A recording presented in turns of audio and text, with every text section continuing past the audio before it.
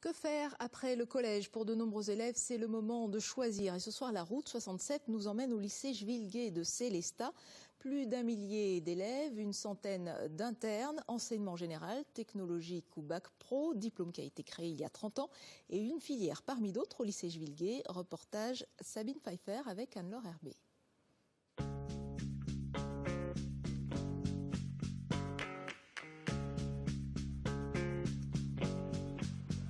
Notre route 67 nous emmène aujourd'hui à Célestat, dans le lycée Jean-Baptiste Jules-Gué. C'est un lycée polyvalent qui propose à son millier d'élèves des filières très diversifiées, générales, professionnelles, mais aussi technologiques de pointe. On découvre ?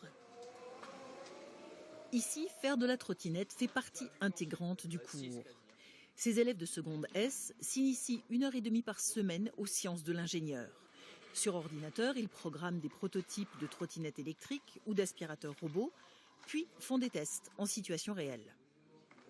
Le programme, on le fait sur l'ordinateur et ensuite on l'insère en quelque sorte dans la carte du robot et on va l'essayer après par terre pour voir si ça marche et si ça marche pas, faire des rectifications au niveau du programme dans le PC. C'est un cours qu'on choisit juste pour la seconde, c'est un enseignement d'exploration. Donc c'est pour tester si on aime et après on peut continuer en seconde en terminale si on le souhaite. Autre atelier, architecture et construction. Ces élèves de terminale travaillent par petits groupes sur des projets émanant de cabinets d'architectes. Construction d'une maison, d'un parc aquatique, réaménagement d'une grange. Ils analysent, ils mesurent, ils simulent en intégrant au mieux les principes du développement durable. Pour réfléchir pour que cette grange, qui était un bâtiment agricole, devienne un bâtiment d'habitation conforme aux règles, aux normes en vigueur en France et en Europe.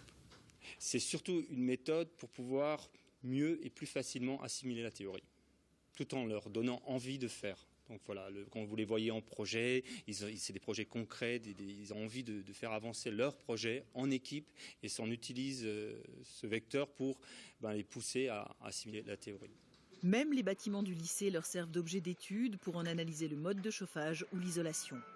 Mais ce bac technologique qu'ils préparent ne débouche pas directement sur un métier. Il ouvre à des études supérieures, BTS, DUT ou école d'ingénieur. Depuis 2012, le lycée s'est doté de grands ateliers fonctionnels et en construit d'autres afin que tous les élèves allient au mieux théorie et pratique. Oh, mais tu es vraiment nul. Ensuite, image d'après. Ah, mais c'est vrai, t'es une fille. Ça, c'est pas gentil, ça. Après, il y a écrit haha, regardez les filles, elle est trop moche.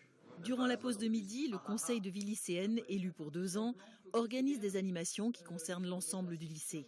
Sélection d'affiches pour un concours sur le thème du harcèlement, fêtes de carnaval ou olympiades sportives qui favorisent le vivre ensemble des différentes sections d'apprentissage.